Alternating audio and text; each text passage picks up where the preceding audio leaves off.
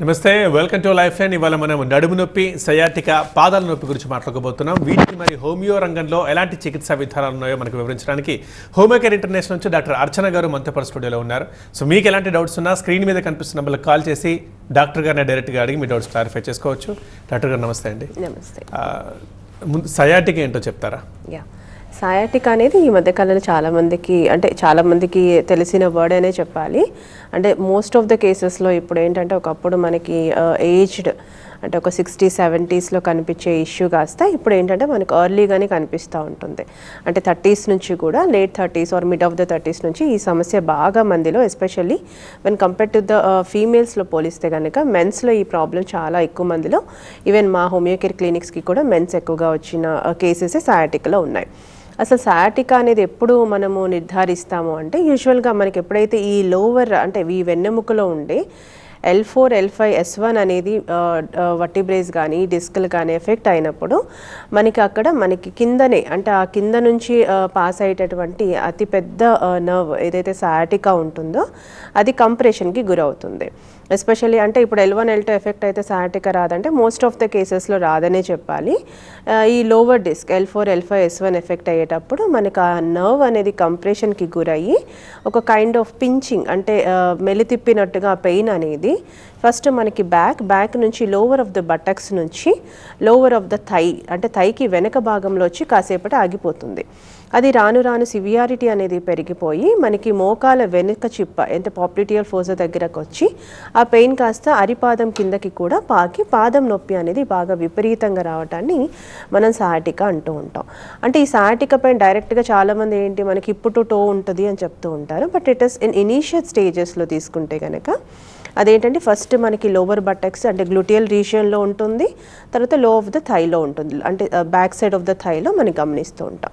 And most of the కేసెస్లో ఏంటంటే it is a unilateral అంటే ఒక్క వైపు మాత్రమే దాదాపు కేసెస్లో కనిపిస్తూ ఉంటుంది.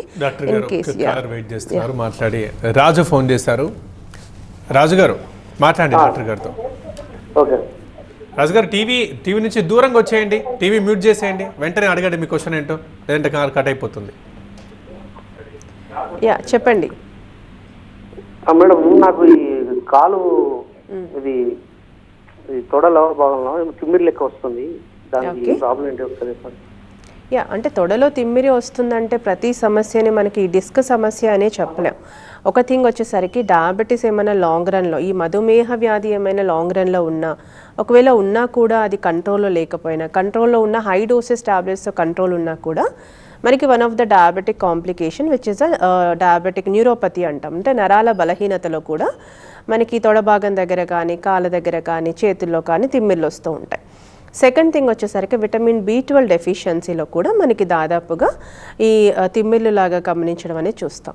Blood circulation issue like varicose veins కానీ అలాంటి సమస్యలు ఏమైనా ఉన్నా కూడా తొడ భాగంలోని లోవర్ లెగ్లో కూడా మనకి తిమ్మిర్లు, నమ్నెస్, స్పర్శ కోల్పోయినట్టుగా అనిపిస్తూ ఉంటుంది. ఇంకొక మెయిన్ డిసీజ్ అంటే పెరిఫరల్ న్యూరోపతి. దీనిలో కూడా ఏంటంటే మనకి ఎక్కడైనా కూడా నర్వ్స్ సప్లై ఎక్కడైతే ఉంటుందో అక్కడ మనకి డ్యామేజ్ అవ్వడం వల్ల తిమ్మిరి అనేది కూడా గమనిస్తూ ఉంటాం. At the same time sciatic is one of the reason or lumbar spondylitis. So ఈ 6-7 అంటే కాజేటివ్ ఫ్యాక్టర్స్తోని మనకి దాదాపుగా తిమ్మిలో రావడం అనేది గమనిస్తూ ఉంటాం. కాబట్టి ఒకసారి వీలైతే కనుక దగ్గరలో హోమియో కేర్ బ్రాంచ్ ఉంటే కనుక వెళ్ళి కన్సల్ట్ అవ్వండి. లేదు అంటే కనుక హోమియోపతి వాళ్ళని ఎవరైనా కన్సల్ట్ అయితే అంటే మీకు కొన్ని ఎగ్జామినేషన్స్ చేసిన తర్వాత పర్టికులర్గా మీకు ఎప్పటి నుంచి వస్తుంది, ఎక్కడ వస్తుంది, ఎందువల్ల వస్తుందని చెప్పి దానికి ప్రాపర్ డయాగ్నోసిస్ అనేది చేయడం జరుగుతుంది. సో ప్రతి ప్రాబ్లమ్ని ఇనిషియల్ నుంచే మనము అంటే ట్రీట్మెంట్ కానీ లేకపోతే హోమ్ మేడ్ రెమెడీస్ కానీ తీసుకుంటే లాంగ్ రన్లో ట్రీట్మెంట్ అవసరం లేకుండా కూడా ఉంటుంది. కాబట్టి ఒకసారి వచ్చి కన్సల్ట్ అవ్వండి. నెక్స్ట్ స్వాతి ఫోన్ చేశారు హైదరాబాద్ నుండి. స్వాతి గారు మాట్లాడండి డాక్టర్ గారితో. Hello madam. చెప్పండి. మాకు డెలివరీ ఒక 8 months అవుతుందండి. ఓకే. బాగా బ్యాక్ పెయిన్ వస్తుంది మేడం, ఎందుకంటారు? అంటే కూర్చొని ఫీడింగ్ చేస్తున్నాము అందుకనే. అంటే సి సెక్షనా లేకపోతే నార్మల్ డెలివరీ అయిందా? Normal delivery. నార్మల్ డెలివరీ అయిన తర్వాత మెన్సెస్ వచ్చాయా? 8 monthsకి వచ్చాయండి. రీసెంట్గా. ఓకే, ఫైన్ అమ్మా. అంటే పోస్ట్ డెలివరీ తర్వాత అంటే మదర్ ఫీడింగ్లో మీరు ఉన్నారు కాబట్టి ఇంకా బికాస్ ఆఫ్ దట్ వీక్నెస్ వల్ల కూడా బ్యాక్ పెయిన్ అనేది వస్తూ ఉంటుంది. సో ఫీడింగ్ ఇస్తుంటే కనుక మీరు కూడా ఐరన్ అండ్ కాల్షియం ఫుడ్ ఫార్మేట్లో కానీ లేకపోతే సప్లిమెంటేషన్ ఫార్మేట్లో కానీ ఖచ్చితంగా తీసుకోవాలి. అట్ ద సేమ్ టైం మనము ఆ పొజిషన్ అంటే పాపకు ఫీడింగ్ ఇచ్చేటప్పుడు ద పొజిషన్ అనేది వెరీ ఇంపార్టెంట్. మరి టోటల్గా కింద కూర్చొని అలా కాకుండా కొంచెం ఆ సిట్టింగ్ పాస్చర్ అనేది ప్రాపర్గా ఉంటే కూడా బ్యాక్ పెయిన్ అనేది రాదు. అట్ ద సేమ్ టైం ఒక 1.5 year వరకు కూడా బాగా బరువులు ఎత్తడం కానీ, ఒంగి లేచే పని చేయడం కానీ, టోటల్గా కింద కూర్చోవడం కానీ, ఆ లాంగ్ టైమ్ అంటే వాకింగ్ లాగా హెవీగా నడవటం కానీ అలాంటిది ఏం చేయకండి. ఖచ్చితంగా calcium and vitamin D supplements at the same time iron కూడా తీసుకోండి. యా రెడీగా కంటిన్యూ చేస్తారా సయాటికా? సో అది బోత్ సైడ్స్ వచ్చే అవకాశాలు ఉంటాయి. బట్ మోస్ట్ ఆఫ్ ద కేసెస్లో అయితే వన్ సైడ్ అంటే యూనిలాటరల్ సైడ్ ఉంటుంది. ద సేమ్ సిమ్టమ్స్ ఫస్ట్ అది నేను చెప్పినట్టుగా అక్కడ వరకు ఆగిపోయి తర్వాత కింద వరకు కూడా వస్తూ ఉంటుంది. ఇందులో కూడా ఏంటంటే pain is a one main compression గురవుతుంది కాబట్టి pain is a main symptom. At the same time తిమ్మిరి అంటే కాలు కొంచెం బరువుగా అనిపించటం, స్పర్శ కోల్పోయినట్టుగా అంటే పారస్థీషియా కండిషన్స్ అనేది రావటం. ఆ స్పర్శ కూడా ఎలా ఉంటుందంటే సివియర్ కండిషన్స్లో టోటల్గా మనకి అంటే ఈవెన్ చెప్పులు వేసుకున్నా కూడా వదిలేస్తూ ఉంటుంది, అంత స్పర్శ తెలియదు అనమాట. So most of the people sciatica కండిషన్స్లో ఎస్పెషల్లీ ఏజ్డ్ అంటే మనకి 55-60 తర్వాత ఈ ఇష్యూ వస్తే కనుక డెఫినెట్గా వాళ్ళు చాలా వరకు చెప్పులు అనేది వేసుకోరు, షూస్ లాంటివి వేసుకుంటారు గ్రిప్ కోసం అనేసి. సో సయాటికాలో మెయిన్ థింగ్ పెయిన్తో పాటుగా tinglings and numbness and paresthesia one of the main symptom. So దీన్ని టోటల్గా నెగ్లెక్ట్ చేస్తే ఒకవేళ వచ్చినప్పుడు పెయిన్ కిల్లర్ వేసుకోవడం లేకపోతే దానికి తగ్గట్టుగా ప్రాపర్ మేనేజ్మెంట్ చేయడం వల్ల అది లోపల ఉన్న ప్రాబ్లం అనేది తగ్గదు. కాబట్టి ప్రాపర్గా దీనికి ఏంటంటే మేజర్గా ఇష్యూ ఉన్నప్పుడు మాత్రం డాక్టర్ని కలిసి దానికి తగ్గట్టుగా ట్రీట్మెంట్ అనేది తీసుకోవాలి. ఇనీషియల్ స్టేజెస్లో ఏంటంటే దానికి కొన్ని ఎక్సర్సైజెస్ ఉంటాయి. సో ఆ ఎక్సర్సైజెస్ అనేది ప్రాపర్గా చేసుకున్నా కూడా వితౌట్ మెడికేషన్ మనకి తగ్గిపోయే అవకాశాలు ఉంటాయి and most of the cases తగ్గుతాయి కూడా.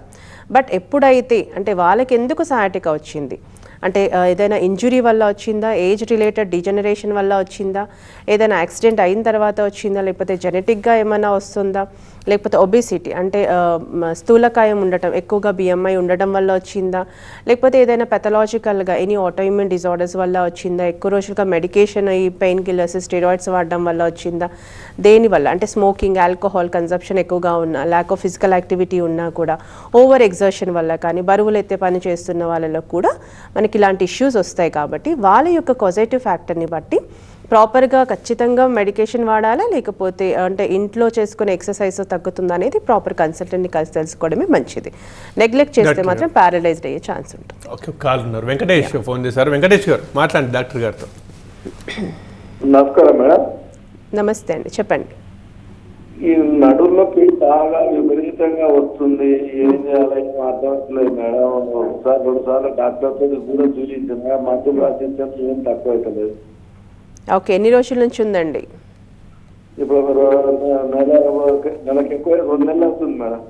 2 నెలల నుంచి ఉంది. ఒకసారి ఎంఆర్ఐ తీయించుకున్నారా? తీయించలే మేడం.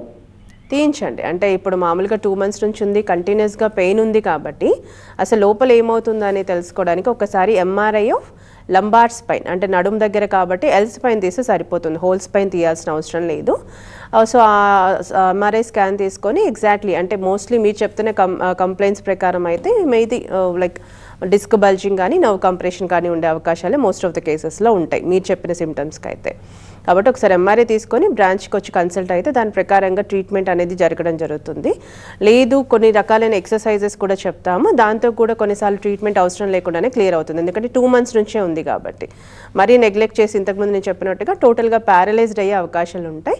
కంటిన్యూస్గా ఎప్పుడైతే బ్యాక్ పెయిన్ వస్తుందో అంటే పొజిషన్ మార్చినా, కూర్చునే పొజిషన్ కానీ స్లీపింగ్ పొజిషన్ మార్చినా కూడా if you are getting a persistent pain అనేది ఉంటే మాత్రం ఖచ్చితంగా ఎంఆర్ఐ తీయించుకొని దానికి తగ్గట్టు ట్రీట్మెంట్ అనేది తీసుకోవాలండి. డాక్టర్ గారు నడుము నొప్పి గురించి చెప్తారా?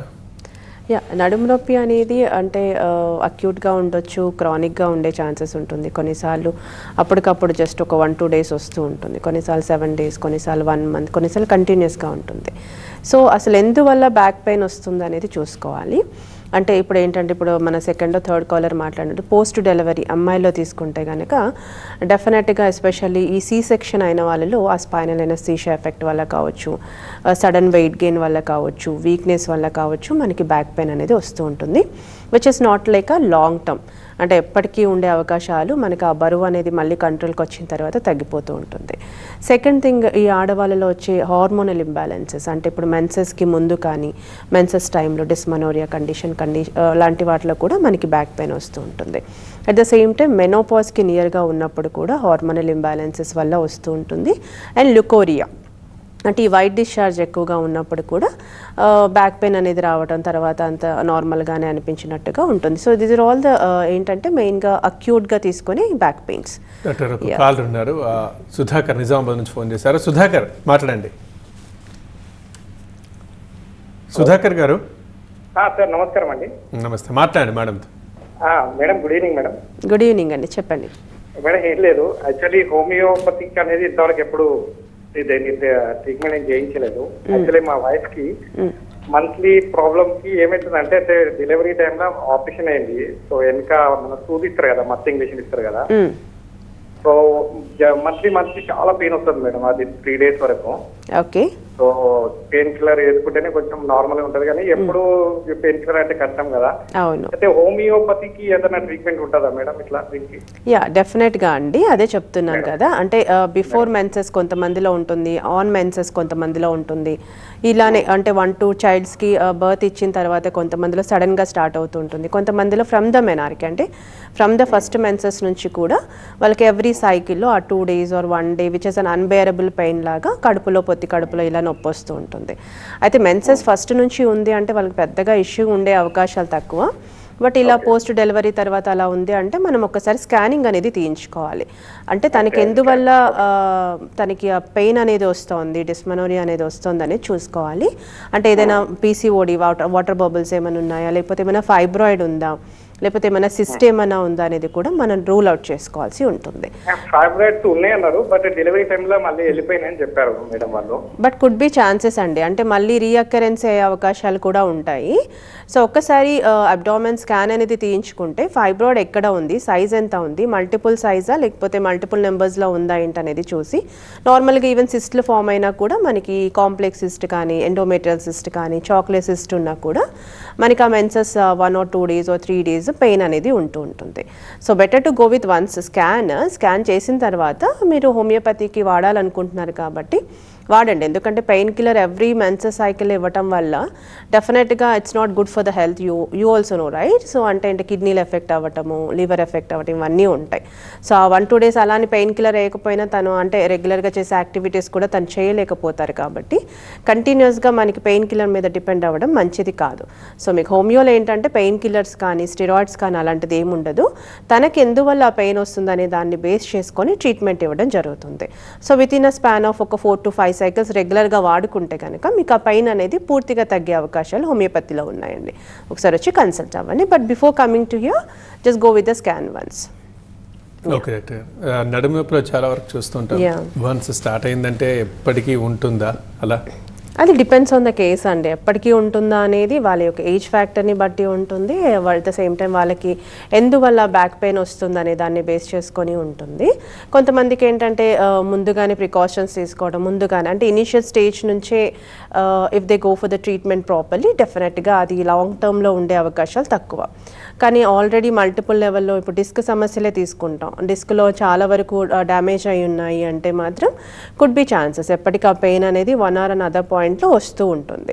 ఎస్పెషలీ ఎగ్జర్షన్స్ లైక్ అంటే ఎక్కువ పని చేసినప్పుడు, బెండింగ్ చేసినప్పుడు కానీ, ఎక్కువ పొజిషన్ సరిగా లేనప్పుడు కానీ, లేకపోతే సడన్గా ఏమైనా ఓవర్ వెయిట్ అయినా కానీ, ఏదైనా పెథలాజికల్గా తీసుకుంటే కనుక ఈ కాల్షియం విటమిన్ డి డెఫిషియన్సీస్ అనుకోకుండా వచ్చినా కానీ, లాంగ్ ట్రావెలింగ్స్ ఉన్నా కూడా దర్ కుడ్ బి అ పర్మనెంట్గా ఆన్ అండ్ ఆఫ్గా మనకి బ్యాక్ పెయిన్ వచ్చే అవకాశాలు ఉంటూ ఉంటాయి. సో మనకి ఫస్ట్ కానీ అంటే ఇప్పుడు అక్యూట్ పెయిన్స్ అంటే దాదాపుగా ఆ ఎలిమెంట్ ఫ్యాక్టర్ అనేది రిమూవ్ చేసుకుంటే మోస్ట్ ఆఫ్ ద కేసెస్లో తగ్గిపోయే అవకాశాలు ఉంటాయి. బట్ కొన్ని కండిషన్స్ ఇప్పుడు మనకి ఈ స్పాండిలైటిస్ కావచ్చు, సయాటికా కావచ్చు, నార్మల్గా ఎనీ రిపీటెడ్ ఇంజురీస్ కానీ ఏమైనా లిగమెంటల్ టేర్ కావచ్చు, ఇలా మైనర్ టేర్స్ ఏమైనా ఉన్నా కూడా could be a chances of అంటే కంటిన్యూస్ పెయిన్ అనేది ఉంటూ ఉంటుంది. సో అది ముందు నుంచి మెడిసిన్స్ అనేది ప్రాపర్గా అట్ ద సేమ్ టైం హోమియోపతిలో మీరు వాడుకుంటే ఏంటంటే పూర్తిగా నివారణ అనేది ఉంది, సర్జికలీ ఇంటర్వెన్షన్స్ లేకుండా. అండ్ లాంగ్ టర్మ్లో కూడా మనకు చెప్పే ఎక్సర్సైజెస్ ఏవైతే ఉంటాయో, ఆ జాగ్రత్తలు ఏవైతే ఉంటాయో పాటిస్తే కనుక ఇట్లా లైఫ్ టైం మొత్తము ఈ నడుము నొప్పితో కానీ, మెడ నొప్పితో కానీ, మోకాలు నొప్పితో, నాట్ ఓన్లీ నడుము నొప్పి, ఏ నొప్పితో కూడా మనకి లేకుండా ఉంటుందండి. అండ్ ఇక పాదాల నొప్పి, పాదాలు ఎందుకు నొప్పి పెడతాయి కారణాలు? పాదాలు అంటే డిఫరెంట్ థింగ్స్ ఉంటుంది. ఇప్పుడు సయాటికా పెయిన్ కూడా రేడియేటింగ్ కైండ్ ఆఫ్ పెయిన్ ఉంటుంది కాబట్టి దట్ గ్లూటియల్ పార్ట్ నుంచి కింద అరిపాదం వరకు సోల్ పెయిన్ అంటూ ఉంటాం, అలా కూడా మనకి పాదాలు నొప్పి వస్తూ ఉంటుంది. సెకండ్ థింగ్ మెయిన్గా చాలా మందిలో చూస్తూ ఉంటాం గుర్రం మూతలు అంటాం, అంటే క్యాల్కేనియల్ స్పర్. సో దానిలో కూడా ఏంటంటే ఈ క్యాల్కేనియం బోన్ అనేది ఓవర్ గ్రోత్ అయిపోవటం వల్ల మనకి అక్కడ మడమ దగ్గర నొప్పి రావటం, ఆ పెయిన్ మొత్తం సోల్కి రేడియేట్ అవుతూ ఉండటం అనేది one of the condition. So దీనిలో కూడా మనకి ఈవెన్ క్యాల్కేనియల్ స్పర్కి కూడా వితిన్ 2 to 3 monthsలో కూడా చాలా వరకు హోమియోపతిలో మెడికేషన్స్ వాడుకుంటే తగ్గిపోతూ ఉంటుంది. ఈవెన్ ప్లాంటార్ ఫెసైటిస్ అంటాం. సో దీనిలో కూడా మనకి డార్సల్ ఆస్పెక్ట్ ఆఫ్ ద ఫుట్లో కానీ, the lower part of the ఫుట్లో కానీ బాగా విపరీతంగా పెయిన్ వస్తుంది. ఎప్పుడు అంటే మార్నింగ్ లేచిన వెంటనే, అంటే మార్నింగ్ ఒక మన నైట్ అంతా పడుకొని సడన్గా మూమెంట్ కాలు కిందకి పెట్టాలంటే ఆ విపరీతమైన పెయిన్ అనేది పర్సిస్టెంట్గా ఒక 10 to 15 minutes or 1 hour or 2 hours, అంటే డిపెండ్స్ ఆన్ ద సివియారిటీ, ఎన్ని రోజుల నుంచి ఉంది అనే దాన్ని బట్టి ఒక్కొక్క ఫ్యాక్టర్లో ఒక్కొక్క రకంగా పెయిన్ అనేది ఉంటూ ఉంటుంది. So these are all the main factors అనమాట. ఇప్పుడు మనకి sciatica is one concern, second thing plantar fasciitis, third thing వచ్చేసరికి క్యాల్కేనియల్ స్పర్. సో ఇది కాకుండా సడన్ వెయిట్ గెయిన్, అంటే ఇప్పుడు పోస్ట్ డెలివరీస్ కావచ్చు, మెనోపాజ్కి నియర్గా అమ్మాయిల్లో తీసుకుంటే మెనోపాజ్కి నియర్గా ఉన్నప్పుడు కానీ, సో ఇలాంటప్పుడు సడన్గా వెయిట్ గెయిన్ అవుతూ ఉంటారు. లేకపోతే థైరాయిడ్ వచ్చిన వాళ్ళలో, పీసీఓడి సమస్యలు వచ్చిన వాళ్ళలో సడన్గా వెయిట్ పుట్ ఆన్ అవుతూ ఉంటాం. సో అలాంటి వాళ్ళలో ఏంటంటే ఆ బరువుని మొయ్యలేక కూడా అరిపాదం దగ్గర మనకి నొప్పి వచ్చే అవకాశాలు ఉంటూ ఉంటాయి. ఇంకొకటి ఆర్థరైటస్, అంటే మనకి ఇప్పుడు ఓయి ఎస్పెషల్లీ ఈ మోకాలు అరిగిపోయినప్పుడు ద పెయిన్ అనేది మోకాల చిప్ప దగ్గర మాత్రమే కాకుండా యాంకిల్ దగ్గర పెయిన్ అనిపించడం, అరిపాదంలో పెయిన్ అనిపించడం చూస్తూ ఉంటాం. ఇంకొకటి వారికోజ్ వెయిన్స్, అంటే ఎప్పుడైతే ఈ వెయిన్స్ అనేది ఉబ్బిపోతూ ఉంటాయో అప్పుడు మనకి ఆ యాంకిల్ దగ్గర, పాదాల దగ్గర కూడా పెయిన్ వస్తుంటుంది. సో ప్రతి పాదం అంటే అరిపాదం నొప్పిని అసలు ఎందువల్ల వస్తుంది, ఏ కాజిటివ్ ఫ్యాక్టర్ వల్ల వస్తుంది అనేది ఒక అవగాహనలోకి తెచ్చుకొని దానికి తగ్గట్టుగా హోమ్మేడ్ రెమెడీస్తో ఫస్ట్ తగ్గించుకునే ప్రయత్నం చేయాలి.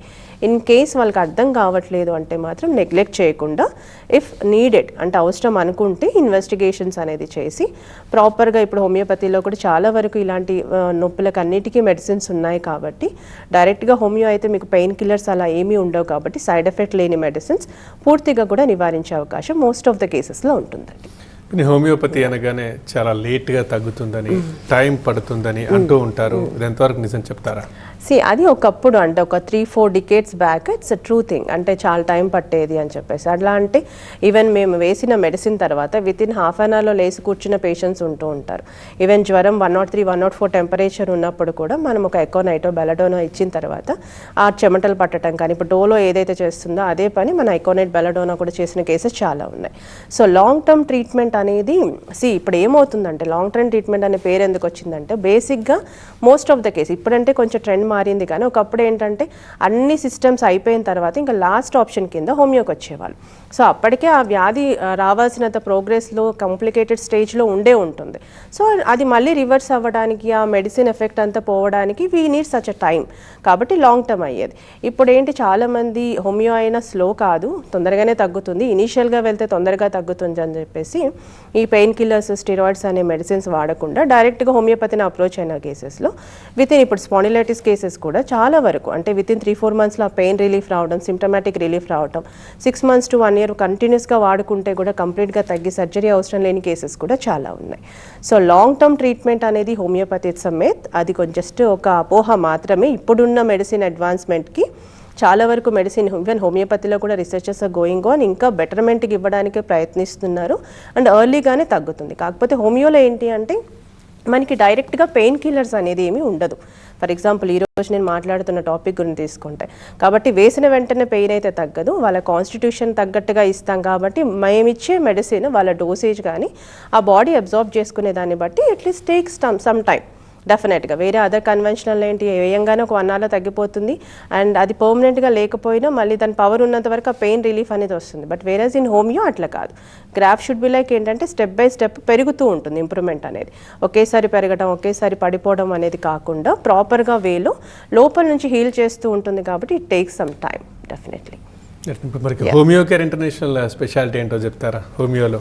హోమియోపతికి బయట వాటికి హోమియో కేర్కి మేము ఇచ్చేది టోటలీ కంప్లీట్గా ఏంటంటే మేము ఇచ్చే అంటే కాన్స్టిట్యూషనల్ జీనోమ్ ఫార్ములా బేస్ మీద సపరేటెడ్ కాంబినేటెడ్ ఫార్మేట్ ఆఫ్ మెడిసిన్స్ అనేది ఉంటుంది.